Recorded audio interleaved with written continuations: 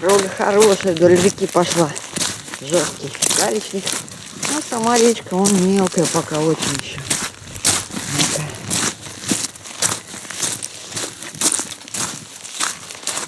Ой, что я увидела. На стрелке, на притоке. С путевым причем, докуда я хотела идти, и там уже ночевать. Смотреть дальше можно сплавляться, но, похоже, нет, мало воды. Но как раз на этом месте, вот там впереди впадение, километра через 1,5. Смотрю, такое, прям сколько всего там. Может, там люди есть. Да не похоже что-то. Ну, по крайней мере, какая-то база, посмотрю, может, там доночую. Хотя сейчас хорошо. Да, о сплаве по Серебрянке пока речи не возникает. Настолько мало воды, и притоки особо не добавляют. Они такие же по расходу. Сейчас посмотрим, какой путевой будет. И сколько бы воды не было, если она течет по такому широкому ложу, и то не течет, то резкий перепад, тут еще ничего. А там такие зубчатые ступеньки породки. Очень мало воды. Поэтому, видимо, завтра мне еще, может, вообще до конца пешком пойду. Ну ладно, сейчас посмотрим, сколько воды в притоке и что там на базе. Ну вот и приток путевой. Но, похоже, он особо много воды не прибавляет. Ну, тут главное, чтобы характер речки, может, как-то менялся, насудилось. Ну, похоже, пешком мне пока гулять. Все, ночую здесь, а завтра уже пойду ниже. Пешком сначала буду смотреть вот слияние этого путевого и слева. А, Серебрянка. И дальше Серебрянка. Посмотрим, что там на базе. За первым делом, конечно, утеплиться. И на поиске балков с печкой. Если тут таковые имеются. А иначе тут стоять не очень. Здесь песок.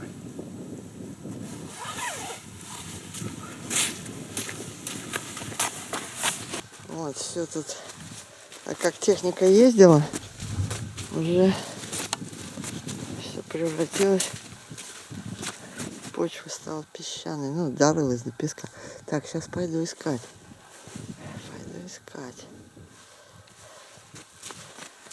Голд. Золото, что ли, здесь? А это вообще просто сооружение. Огромная печка. Ого! И можно обогревать тундру. Так, это мне не годится. Ну, елки-палки, ну кто ж замок-то вешает в таких местах? Может, ключ где-нибудь рядом? Ух, нифига себе, тут даже запломбировано. Ну все, я поняла, мне здесь не ночевать нигде. Так, сейчас посмотрю и покину эту негостеприимную базу. Ведь все это привозят с моря на вот этих вот санях огромнейших. Ну, естественно, по зимнику, зимой по зимнему пути. Даже вода в рукомойнике осталась. Ух ты! А тут открыто. Ну, по крайней мере, замка нет. Хороший. Не! Во, все запломбировано. От медведей, наверное.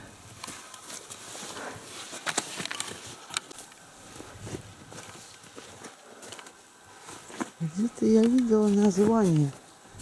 Маят. Это что такое маят? Я не знаю. Во. Алмазы Анабара, акционерное общество. Ну, общество. Могли бы дверь открытую оставить для бездомного путника.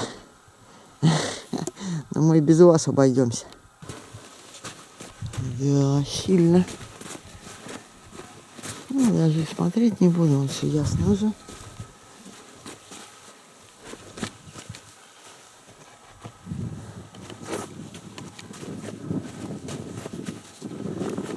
ладно.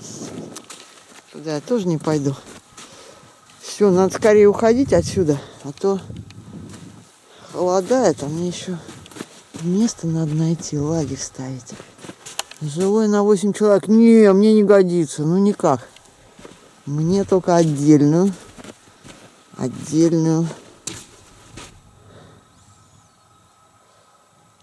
апартаменту.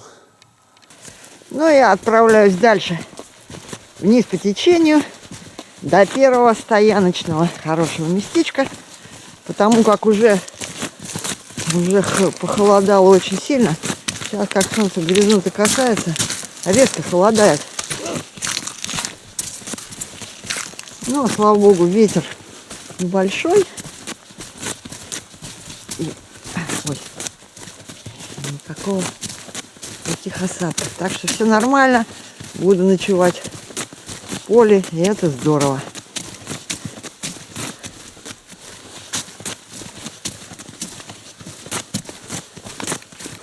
О, отличная полочка для меня. Сейчас тут найду местечко на этой тундре. Да, о, просто великолепно. Вот здесь вот на этом покрытии я и встану. Вроде не пахнет мазутом никаким. Нормально. Тоже устала. Не, вот здесь, пожалуй, более шикарно. Здесь прям... Ой! Это ягис. Ну, Австралия, Исландика. Ох, все мягкое. Рядом ручеек, где много камней. Да вон мой рюкзак валяется. Вон оттуда дует. Отлично. Здесь еще лучше. Стою.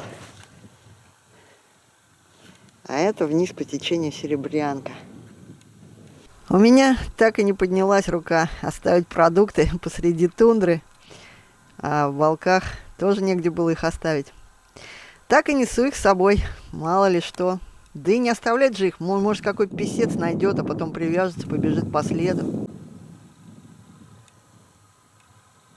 9 вечера.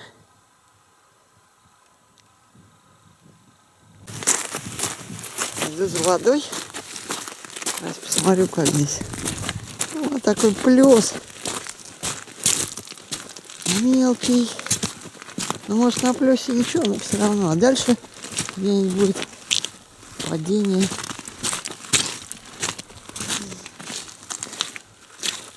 Ой, красота. На падении будет мелко. Тут-то.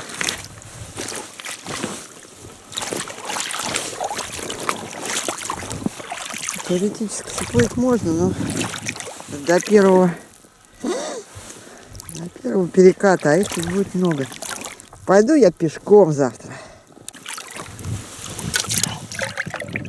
О, даже котелок не зачерпывается полностью. А местечко у меня шикарное.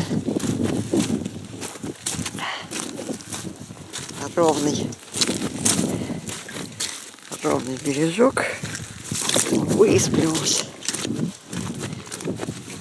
Мягко, не мокро. Что бывает не всегда.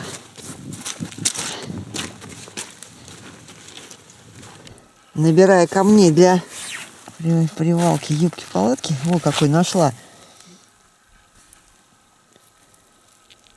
Не понимаю, что это. Какая-то окаменелость.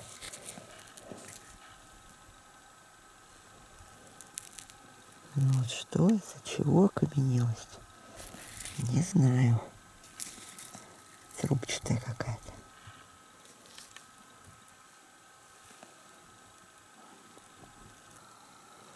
Ну и погодка с утра шепчет просто. Осень настоящая.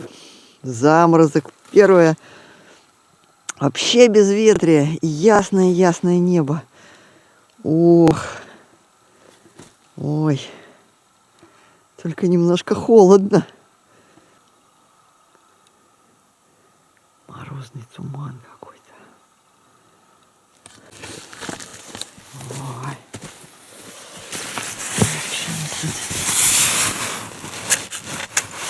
Уже заморозок. Все бы ничего, да? Вот спальник у меня прям вообще в ногах уже мокрый. Сильно отсыревает. Ну, может, на солнышке сейчас. Пока еще тент, пока еще рано сушить. 6 утра. Холодно. Солнце солнцем, но очень зябко. Я с утра первым делом горячий чай пью. Сейчас 6 утра. Вообще-то я бы еще поспала. Но очень холодно. И в такую погоду надо идти. А вот когда спальник сушить, непонятно. Сейчас пока еще тент влажный стал только над горелкой, а так он еще там ледяной. Сейчас не сохнет ничего. Поэтому после чая горячего залезаю. Я сейчас сплю в двух спальниках. Но так как у меня все по минимуму, то второй, у меня маленький совсем спальник, я внутрь пухового, а надо, синтетический. А надо, конечно, наоборот, синтетический сверху. Но вот так уж у меня, по минимализму. И поэтому сейчас отсырел. Сильно очень отсырел, у меня не просыхает какой день. Надо его когда-то днем сушить. Вообще мокрый. Пуховый спальник. Поэтому я сейчас после горячего чая залезаю в пуховый спальник.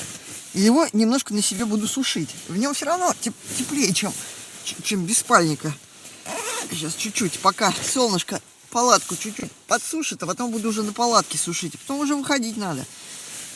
Надо, может, в обед посушить. Но неизвестно, что днем будет. Ой. Уже оттаивает тент. Эх, еще подсох. Ведь люди, наверное, думают, что я сейчас сплавляюсь по этой речке, а тут лед на берегах. Ледоход идет. Маленькие льдинки вон плывут там. И воды-то почти нету.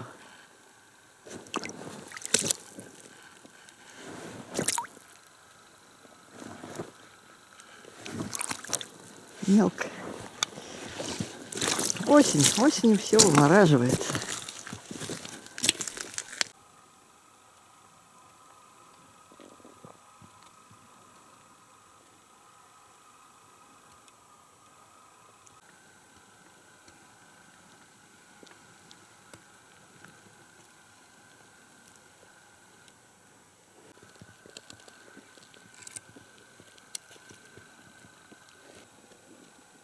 Последний из магикан.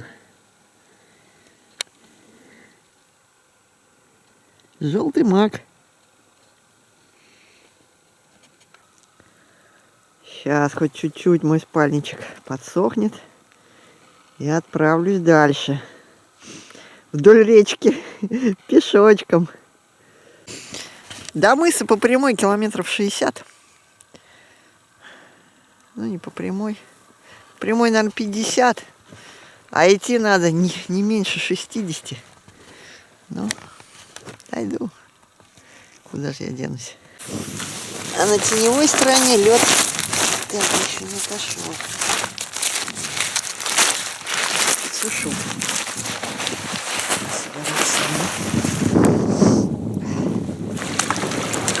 Мой путь по реке, то перехожу вброд. Вот по таким мелким перекатам, каменистым. То иду галечниками. Дорога хорошая, надо сказать. Конечно, сплавляться было приятнее, но это невозможно. И тут, кстати, старые вездеходные следы попадаются. На эту базу ездят. Думаю, зимой. О, в настоящей воде еще лед не растаял. У меня на этом льду сейчас звенящим что-то так душа прям заныла. Так хочется осеннего, подмосковного, среднерусского, любого леса, тишины, осенних запахов листьев. Ой, как не хватает деревьев. Ужас, ужас просто. Ой. Местами вездеходный след выходит на тундру. Жесткую. Здесь идти нормально. То есть то по камешкам, по гальке иду. то вот на такой тундре немного срезаю петли реки, так что скорость вполне нормальная. Только есть очень хочется. Я боюсь, сегодня мне придется 2 раза обедать, иначе не дойду. Просто ужас какой-то. Энергии много уходит все-таки. Уже организм все резервы давно истощил. Сушь. Великая сушь. Все притоки пересохли.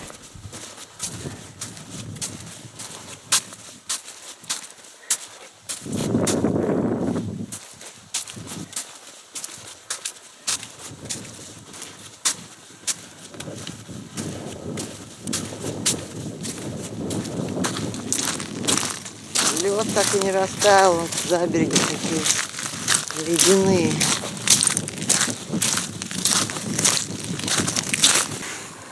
Так, все, каша готова. Мой первый обед на стрелке на впадении речки Летней. Ну, характер моей реки Серебрянки особо не меняется. Тоже широкая ложа.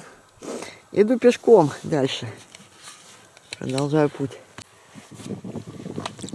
Да, речка временами, конечно, широкая и без течения, но очень чистые вот такие перекаты. Совершенно мелкие. Так что, идя по берегу, я так смотрю, я обгоняю себя плывущую. Потому что как только перекат, здесь еще ничего, а то бывает крупные камни. И это тащится. Вот эти лодки все. Это очень затратно. Проще идти одинаково, размеренно, пешком по галечникам берегов. О, мелкота. Просто мелкота. Хотя на плесе не перейти реку, я попробовала одну.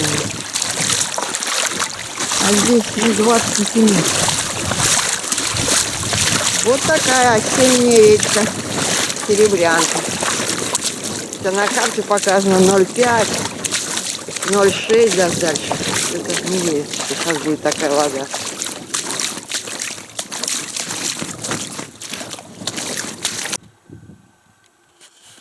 Мелкокаменистые галечники кончились. Пошли крупноглыбовые. А еще тут подтаяла мерзлота или там грунт, в общем. Идешь по ним, они проваливаются. Выхожу я на тундру. Пойду попробую по тундре идти сейчас дальше. Тоже вдоль реки. А так, конечно, мелко. Мелко. Меня дико клонит в сон. И в какой-то момент я прилегла в том месте, где стояла, на несколько минут. Тундра весьма живописна тут. Но, однако, начинает дуть ветер такой ледяной. Уже вальчик сделала. Истерик. С шерстью.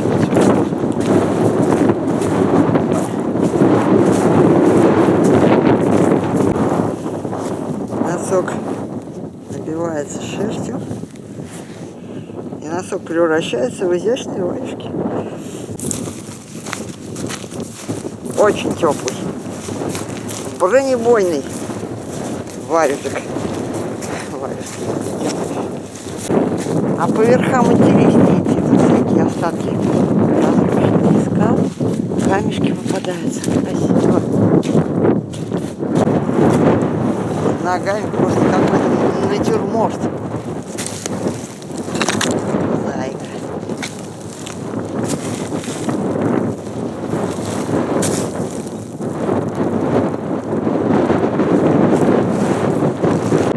Я то приближаюсь к реке, то удаляюсь от нее. Дорога то хуже, то труднее, то лучше. Я все не могу понять, сколько я сегодня пройду, успею ли я за 2 дня, или все-таки придется ночевать еще 2 ночи.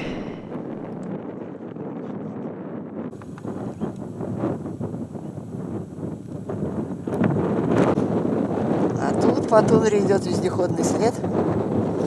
Снова на него вышло, так он только реки шел по галечникам. Иду по нему.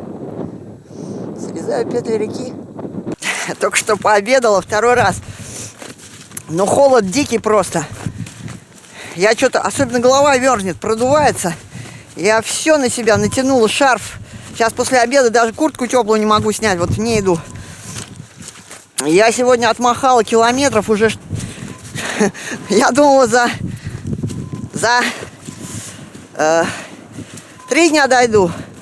А что-то так разошлась, и так мне хочется уже скорей к людям выйти. Так я устала, то пройду-ка я за 2 дня попробую. И сегодня так хорошо пошлось после первого обеда. И вот больше 30-ки я, наверное, уже отмахала. Сейчас мне еще вот 4 километра я наметила до точки 31. Уровень этого Серебрянки. И там чуть-чуть в тундру углубиться и встать. Ну, посмотрим, чтобы песцы меня теперь пугают. О, здесь опять вездеходные следы появились. Я по тундре сейчас шла, спустилась сюда, к речке Серебрянки. По ручью, по одному, сейчас по другому буду подниматься. Вот, потому что сейчас уже, говорю, по галечникам тяжело идти, а по тундре нормально. Она где-то, конечно, вязнешь, но где-то более-менее.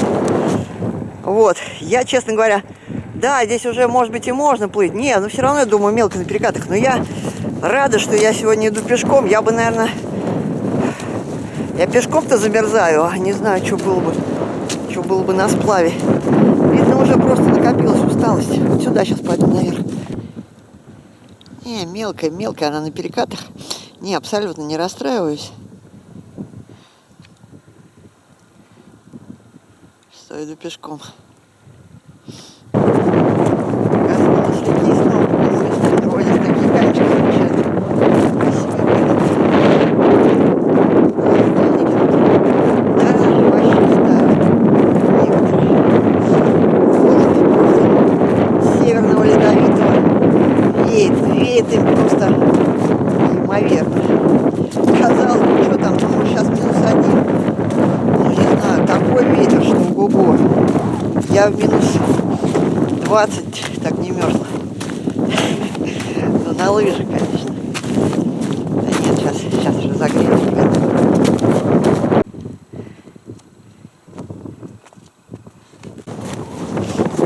Да, сегодня у меня настоящий марш-бросок. Как я столько успела пройти? Да, может, вообще под 40.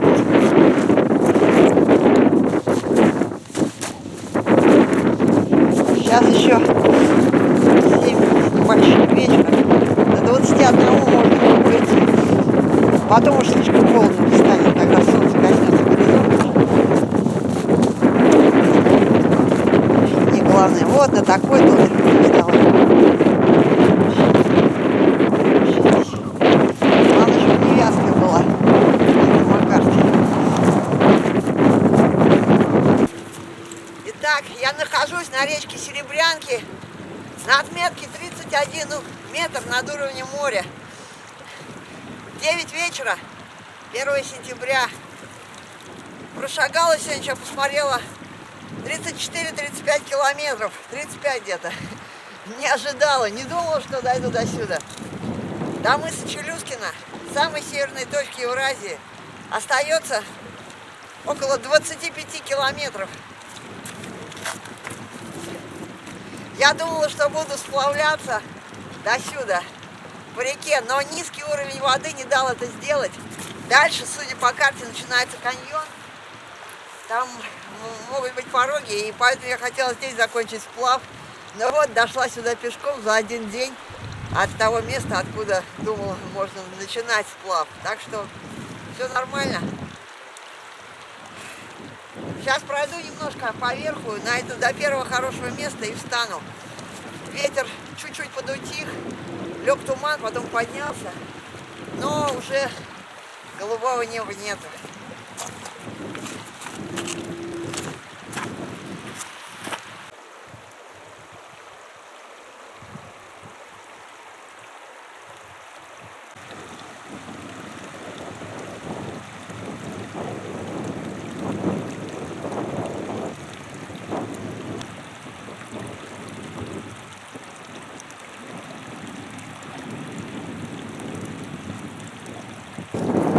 Сюда я сделала срезку по тундре, потом спустилась на ручей и вот вышла в это место, на стрелку, где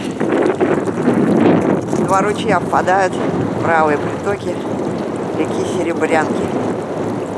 До Ледовитого океана остается здесь километров 7, наверное, прямой. Уже медведи могут выходить теоретически, я уже так опасаюсь. Во все белые камни всматриваюсь в бинокль. Да, точно, река вошла в каньон. Обалдеть. Красотища. Ой, близко подходить не буду, вдруг здесь козырек обвисает какой-нибудь земляной. Вот это да! Надо срочно вставать, чтобы утром посмотреть на эту красоту. К сожалению, тут воды нет пока. И так-то мокрая тундра. Вот ручейка. Сейчас найду ручеек и сразу встану.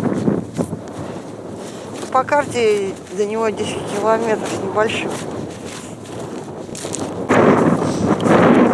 Какая-то вода, но это не ручей. Что опять какая-то. С привкусом. И тундра здесь вон какая. Не очень хорошая. Стоянки. Все-таки вон дойду до распадочка. В распадке ручеек будет нормальный. Как правило, где распадок, там сухие берега бывают. Молочные.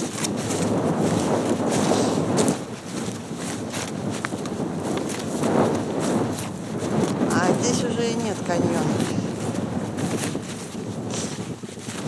Дальше там еще будет, так что успею смотреть.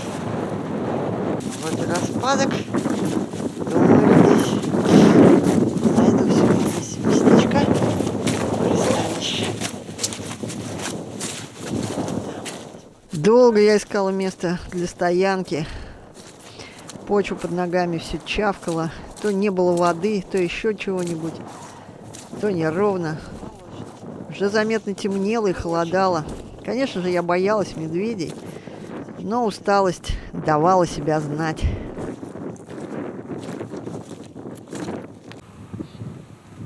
Да, вот в каньоне глубина есть. Но спускаться за водой к реке не хотелось. Так что снежок потихоньку подтаивает уже 8:30 утра. Надеюсь, подтает. Хотя бы на палатке у меня высохнет капельки. Вот, стою у ручья, который впадает в каньон. Каньон там к реке. Дошла вчера до ручья все-таки. Вот такая здесь суровая природа. На севере Таймырского полуострова. Полуострова Таймыр. Солнышко уже пробивается, так облака были всю ночь. Так вчера устала, что уже даже ночью медведей не боялась. Спала, как убитая. Ветер не сильный, тент особо не трепыхался. Однако спала-то я сегодня все равно с арсеналом под боком. Сегодня даже патроны достала, запасные, мало ли что. Ну и вот брызгалка под рукой. Вот уже капельки сейчас, может быть, подсохнут. А был снег, все было припорошено. А на солнечной стороне-то уже подсохло. Подсох тент. Все, утренняя каша. Сделала с последним мясом. С собой на перекус остатки баранок. Думаю, все будет нормально. Вот и речка.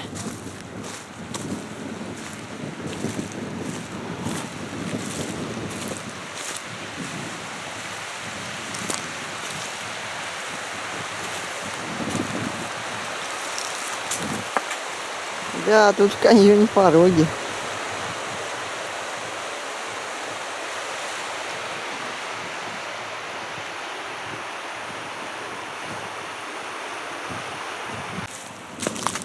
Пройду немножко вдоль каньона и все, ухожу уже. Буду по азимуту, по тундре идти прямо напрямую на мыс. Не выходя к морю, потому что к побережью, потому что там, вероятно, вероятной встречи с белыми медведями, которых я опасаюсь.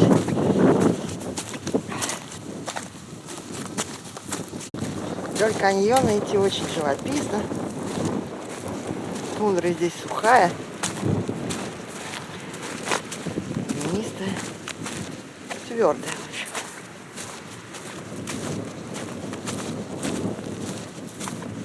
Прям лед.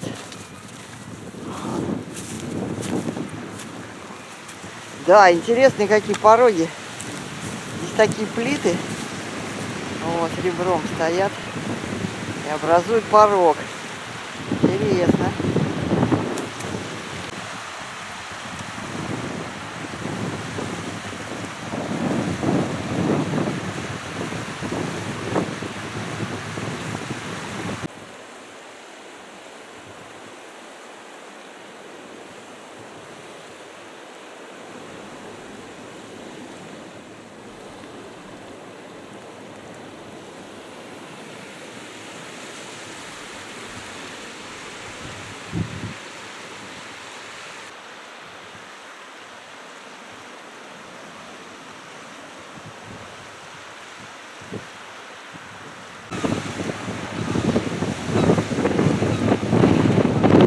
Снег пошел.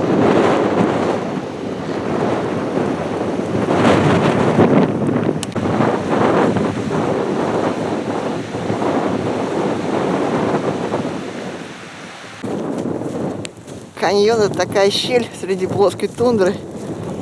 Здесь еще извивается так. И неожиданно открываются отвесы такие. Ой, ну вообще разнообразно. Очень красиво. Ну, какие плиты интересные. Ведь это цельная плита. Как стекла, так и застыла.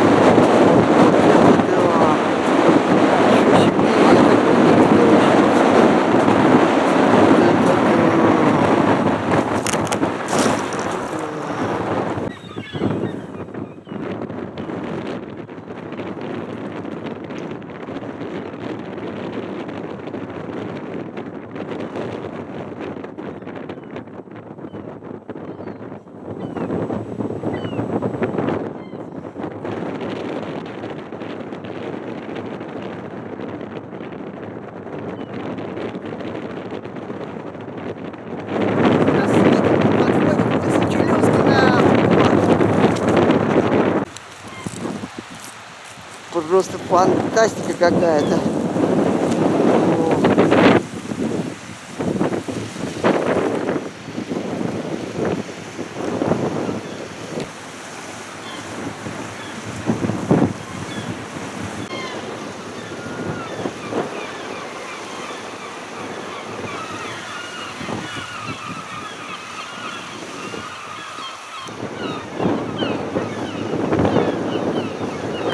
Это, кстати, красотами я домой сегодня не успею дойти, буду любоваться тут. Уже рюкзак скинул, гуляю.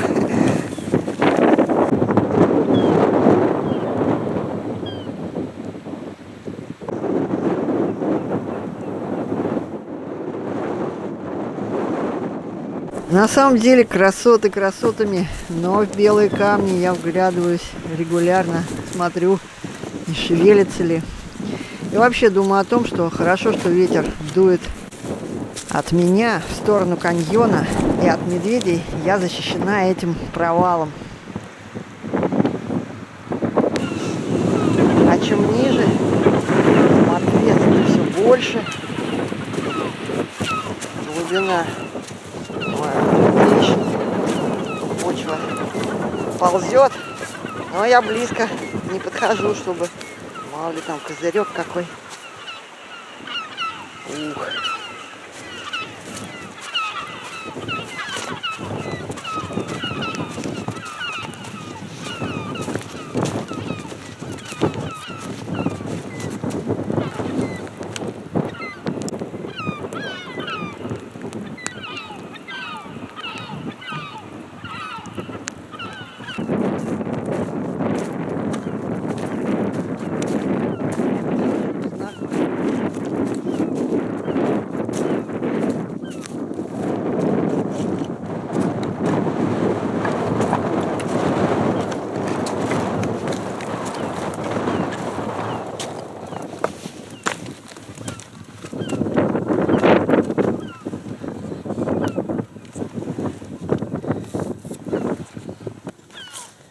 Такие пирамиды из камней складывают в знаковых местах, либо как ориентир, может быть, для того, чтобы здесь вездеходчики не свалились в каньон, если едут по тундре в тумане, когда нет видимости.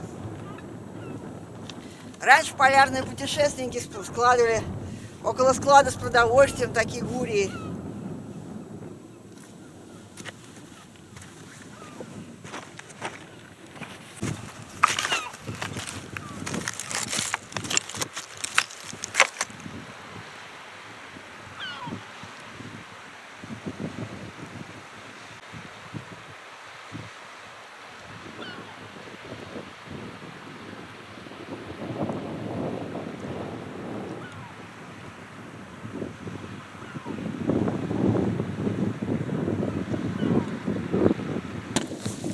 Первый осенний ледок.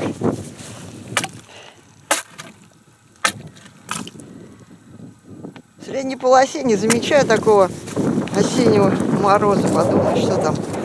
А здесь то ли близость океана, влажность большая, ветра. И, наверное, моя общая усталость за путешествие. Что-то я очень тепло одета. Иду. Но иду уже разогрелась. Уже куртку сняла, по крайней мере.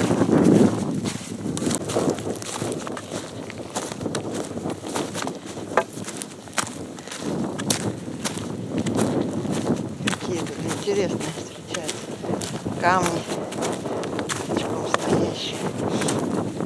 А вдали мне уже открывается вид на дельту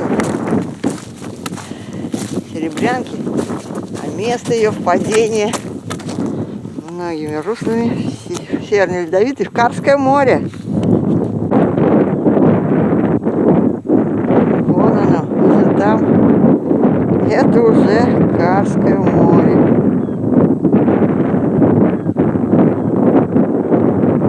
Вот это да, дошла. Да, удивительно, нахожусь на высоте 40 метров над уровнем моря примерно. А там видна земля уже. Что, за проливом Вилькицкого? Неужели остров Большевик? У меня туда карты нету. Ой. Это еще дельта, вон там. А видна земля. Вот она.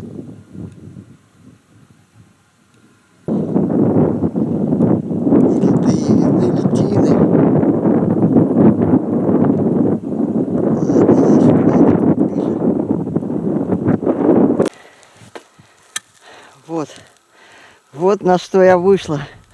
Не верится, еще час назад я погибала в зыбучем грунте.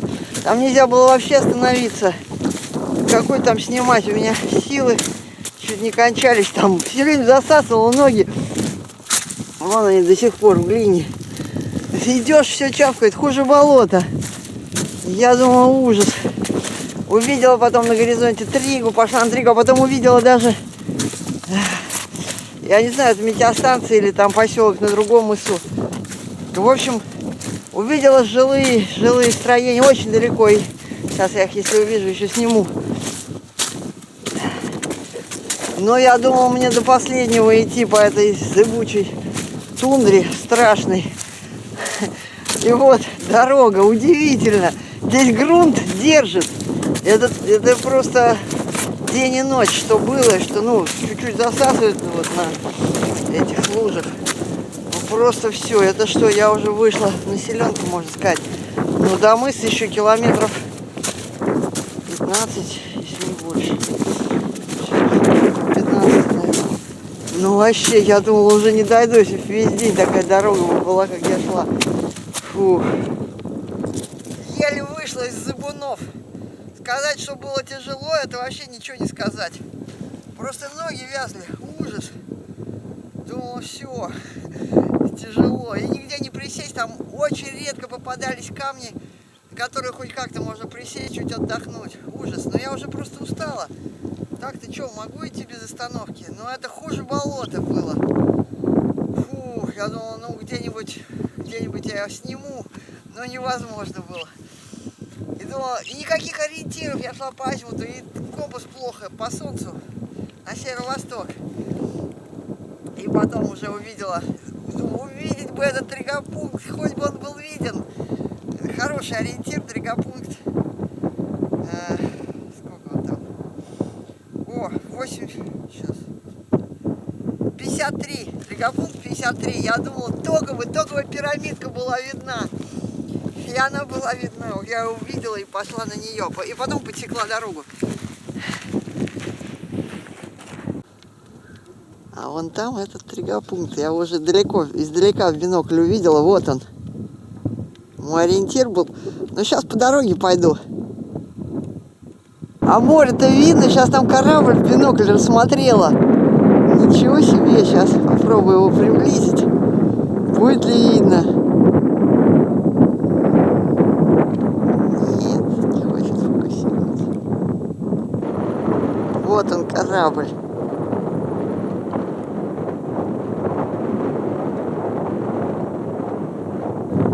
Долго здесь компас устанавливается. Смотрю, что-то направление дороги немножко... Ой, ну он вообще сейчас вообще...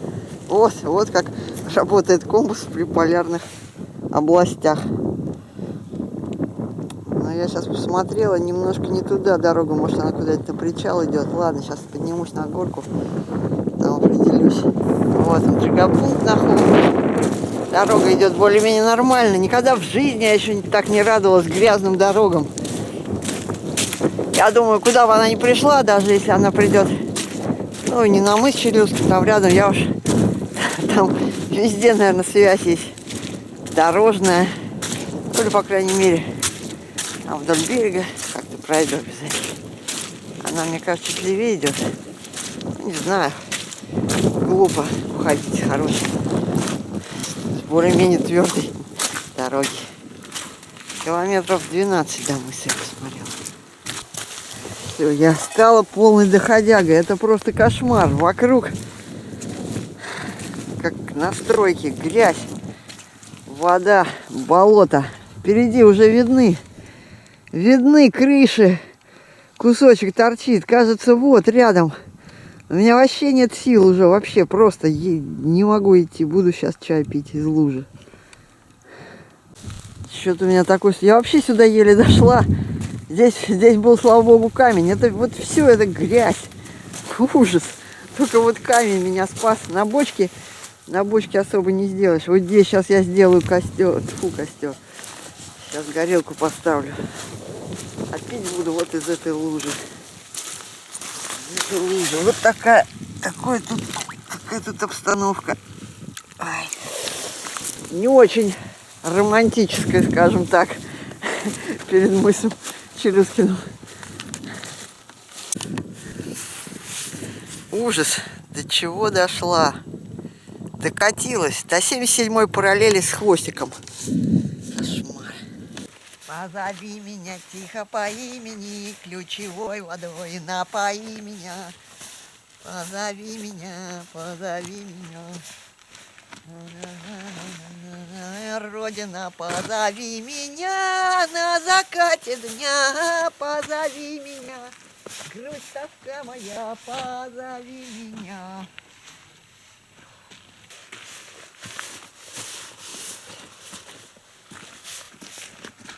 После перекуса замерзают руки, но сейчас ко мне придет энергия, все будет, согреюсь и дойду. Наконец-то до людей. А на мыс, может, я завтра пойду. Сегодня вообще что-то после вчерашнего марш-броска второй день не дается. Нужен отдых. Организму нужно восстанавливаться. Все, сейчас согреются. Да, как я предполагала, эти строения впереди, они заброшенные, либо, ну, они вон разрушенные, видно. Никого нету.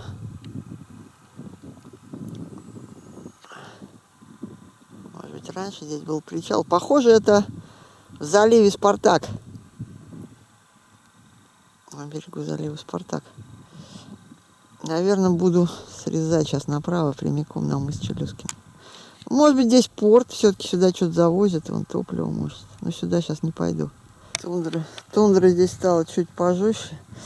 Пойду прямиком туда, вот на мыс Челюскин. Там уже вижу тригу, наверное, 27. Хвостик торчит сейчас. В общем, пойду резать на метеостанцию мыса Челюскин. Ну вот это, я понимаю, тундра. По такой хоть беги. И красивая, и нормальная, жесткая. Не больше 5, я думаю, у меня осталось до людей. Да, прям как в фильме ужасов. Одни разрушенные строения на пути, или заброшенные, или законсервированные, как будто люди вымерли. Но я видела издалека. То ли дизельную станцию что-то дымило. А вот сейчас не вижу ее. Правда, может, это на корабле было. Не знаю. Все, ко мне пришла энергия после. Хорошо, что я перекусила вовремя, а то бы... И здесь ветер стих. Пониже, когда спустилась, здесь тепло. И снега нет. На самом деле, сейчас у меня самый опасный момент путешествия. Здесь могут быть медведи. И мне надо встретить людей раньше, чем медведи встретят меня.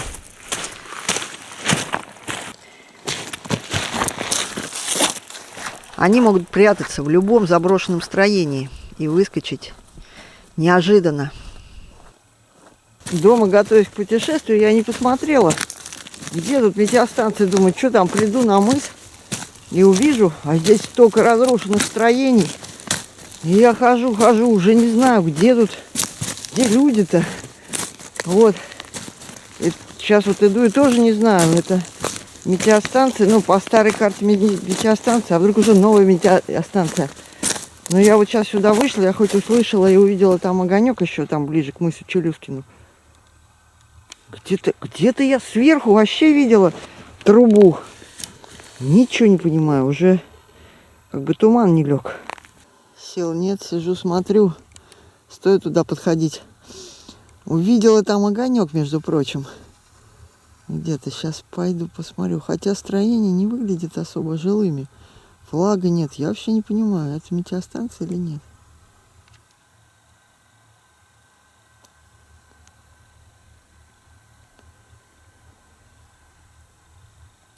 Но главное, вон там вдали, я сначала услышала, думала, у меня сердце что-то так стучит. Я уже вообще дошла до ручки. А потом я там увидела огонь и уже успокоилась, по крайней мере. Там есть люди. Вот он, горит огонь. Сейчас посмотрю ближайшее строение, пойду туда. Мыс-то там, на самом деле. Просто по карте здесь метеостанция. Ёлки-палки. А тут уже море Лаптево.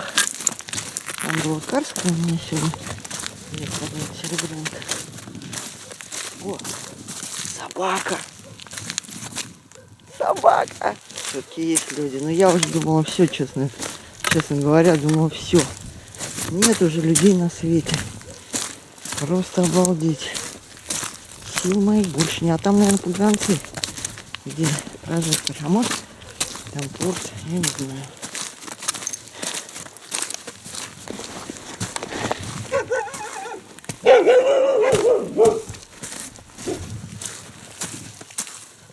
Где же люди-то? Привет, привет, собаки. Вот такое строение, где его знаю.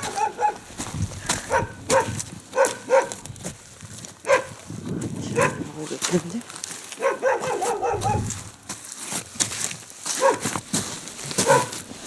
Вездеход местный, квадроцикл.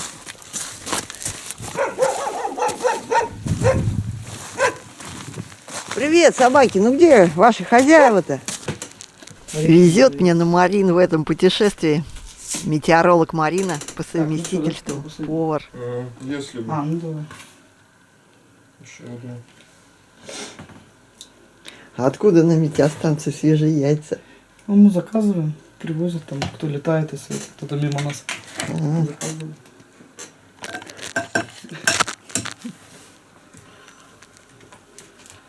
Женька тебе по телевизору покажут.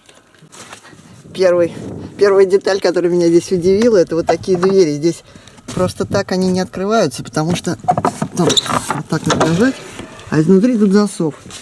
Потому что белые медведи, бывает, приходят.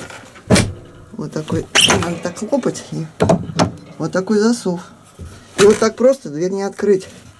Это все предосторожности от прихода белых медведей.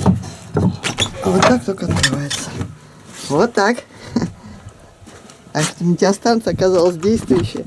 А ведь могла пройти мимо. Ну, дошла бы до пограничников. Раньше здесь, наверное, жило и работало больше народу. Но сейчас вот 4 человека.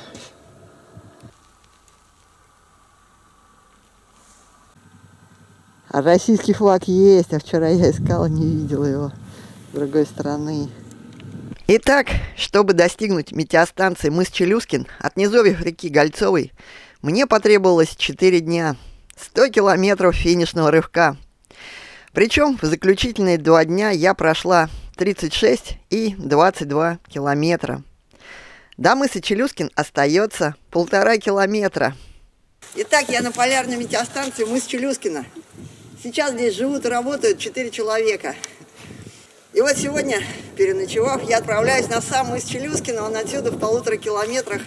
Думаю, сейчас дойду.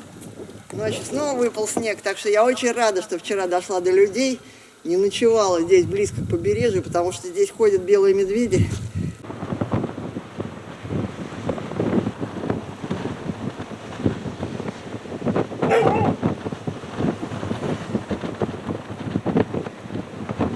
Вот.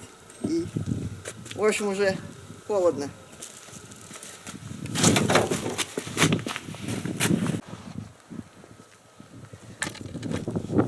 Замусорено все здесь, на побережье.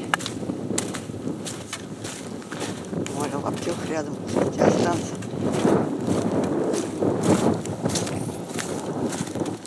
Много здесь раньше было, наверное, физических работ.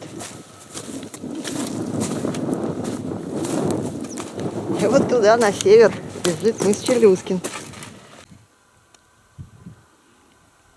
Ну что ж, такие картинки тоже есть. Вот остатки бочек, остатки техники.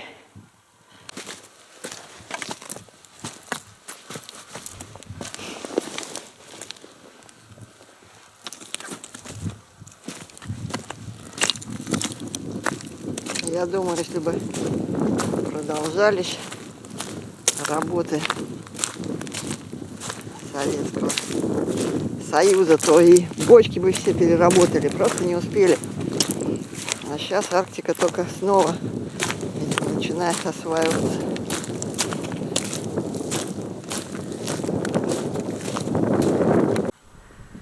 Да, в былые времена, в 50-х, 60-х годах здесь был большой поселок, жило и работало больше 100 человек. Ведь помимо полярной метеостанции, здесь жил персонал маяка и туманной станции, которые обеспечивали прохождение судов по Севморпути. Жили сотрудники полярной авиации, обслуживающие взлетную полосу. Похоже, я на подходе к мысу. Здесь так все застроено, что не поймешь. Понятно, что он на севере. Я не ожидал, что здесь будет столько построек. Надо же. Ну, как все в Арктике. На сваях от вечной мерзлоты, чтобы не протаивало. Не оседало здание. Не протаивало здание. Ну и вот деревянные мостовые. Это тоже обычное дело. Вернее, это короба, перекрытие труб. Там трубы проходят. Ну и по ним ходить можно. По этим коробам.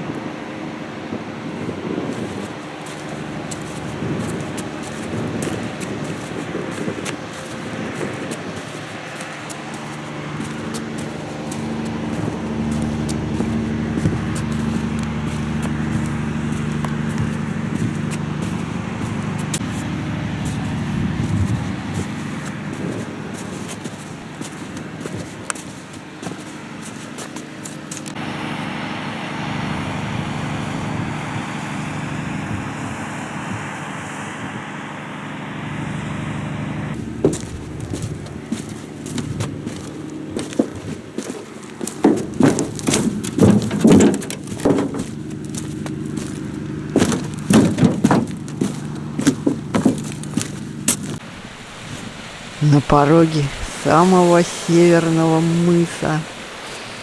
Обалдеть.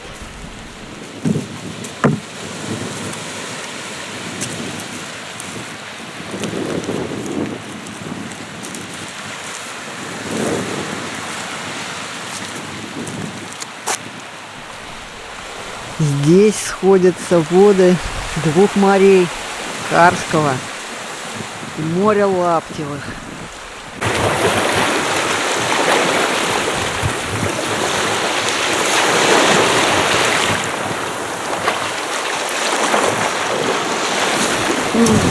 Здравствуй, море. Соленое.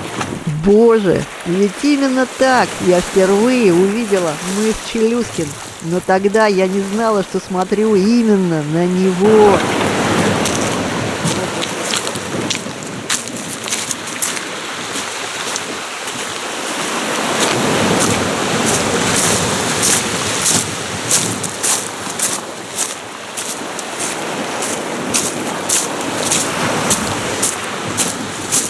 Никак не пойму, где же самая выдающаяся, самая северная точка суши.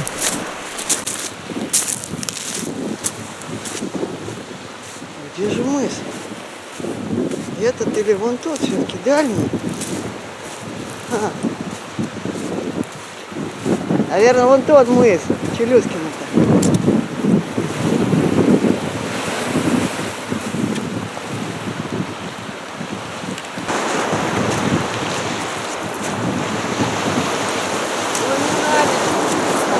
Вообще, сказать, что я потрясена всем здесь увиденным, это вообще ничего не сказать. Я просто в таком восторге. Как здесь здорово!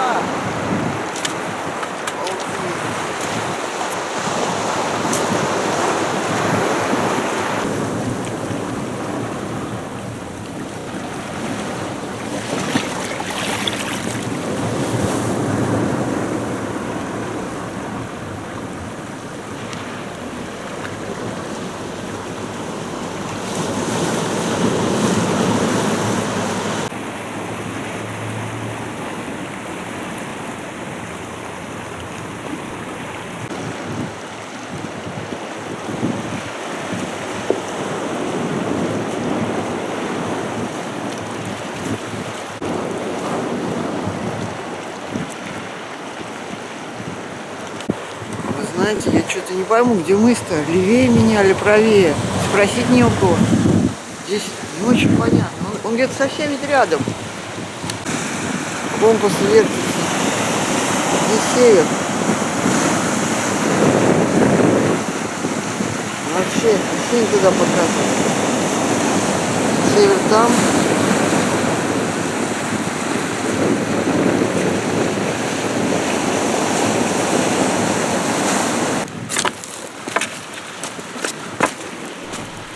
Я ходила по побережью и думала, что на мысу должен обязательно стоять какой-то знак, какой-то указатель, какой-то выдающийся объект, который точно укажет на то, что я нахожусь на мысе Челюскин.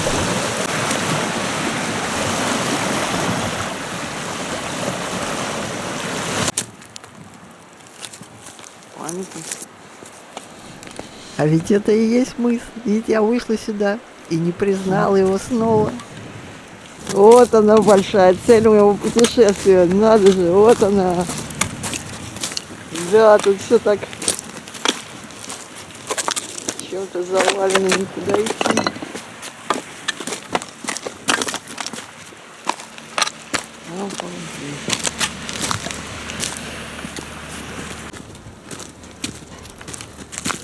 Вот он мыс. Собаки, привет! И вот он, все-таки самый северный мыс здесь. Здесь вот новый пограничный столб, старый пограничный столб. И вот он сам мыс. Вот он, самый-самый северный.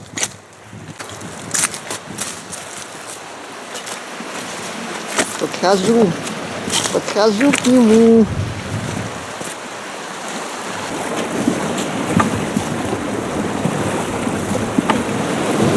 Вот я дошла до мыса Челюскина, самого северного мыса Евразии, России.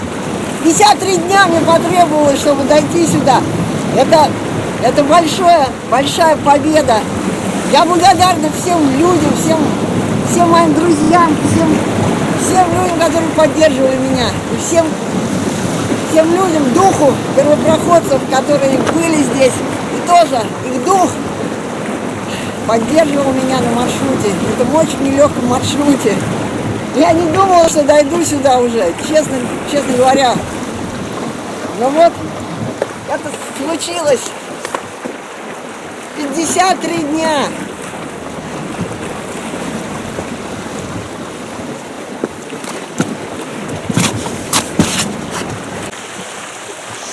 Место, знаковое место легенда.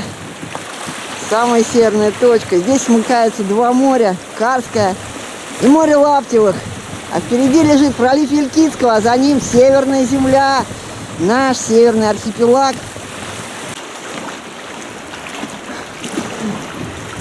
Обалдеть! Итак, 3 сентября 2021 года я достигла мыса Челюскин. Это было непростое пешеводное путешествие. 53 дня шла я к этой цели. Самая северная точка Евразии. Достичь ее было моей мечтой. Давнишней. Достичь не просто на корабле или вертолете, а своими силами.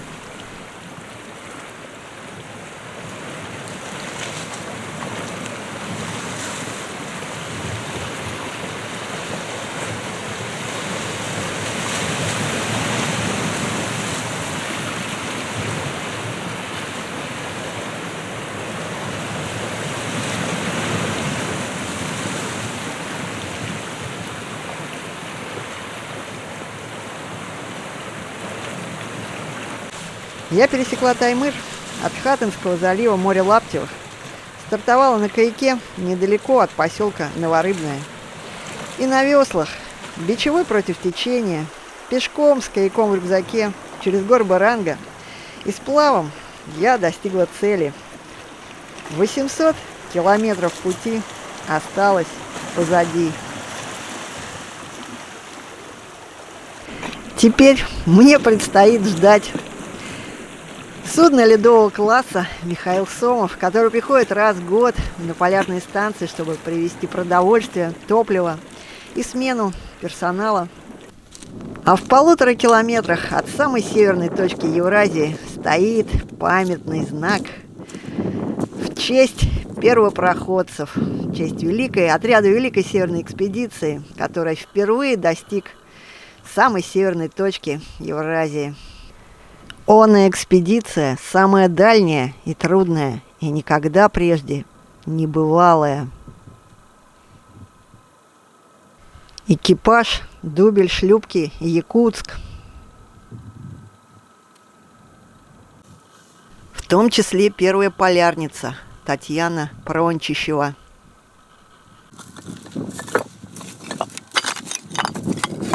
Солдаты Тобольского, Якутского гарнизона. На мысе Челюскин ведется книга посещений путешественников, людей, которые доходили до мыса Челюскин. Вот и я оставляю запись в этой исторической книге и желаю всем не предавать свои мечты.